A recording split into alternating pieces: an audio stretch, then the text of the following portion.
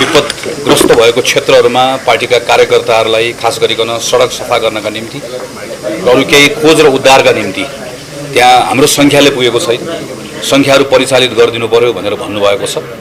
हामी यहाँ भएको छलफलको आधारमा अहिले जे आवश्यकता छ त्यो आवश्यकताको अनुसार हामी आफ्नो पार्टीभित्र जुन विपदका हाम्रा संरचनाहरू बनाएका छौँ ती संरचनाहरूमा अहिले सरकारले भनेकै कुराहरूसँग समन्वय गरिकन हामी आफ्नो कुराहरू परिचालित गरिहाल्छौँ।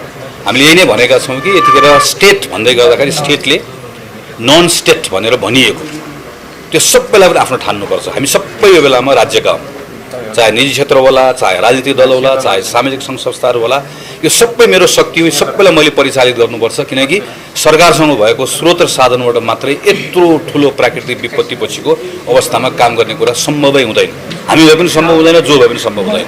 यसरी गर्नुपर्छ भनेर भनेका छौँ र मलाई विश्वास छ यसलाई सरकारले पनि त्यो अनुरूपले लिन्छ।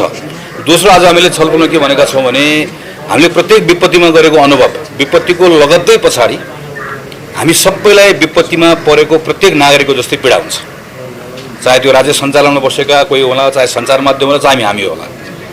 तर 5-7 दिन पछाडि हाम्रो प्राथमिकताहरू बदलिन्छ, जुन स्वाभाविक हो। त्यसपछि त्यो विपत्तिको मारमा परेको मान्छे त्यो एक्लैले त्यो मार खेपिराख्नुपर्छ।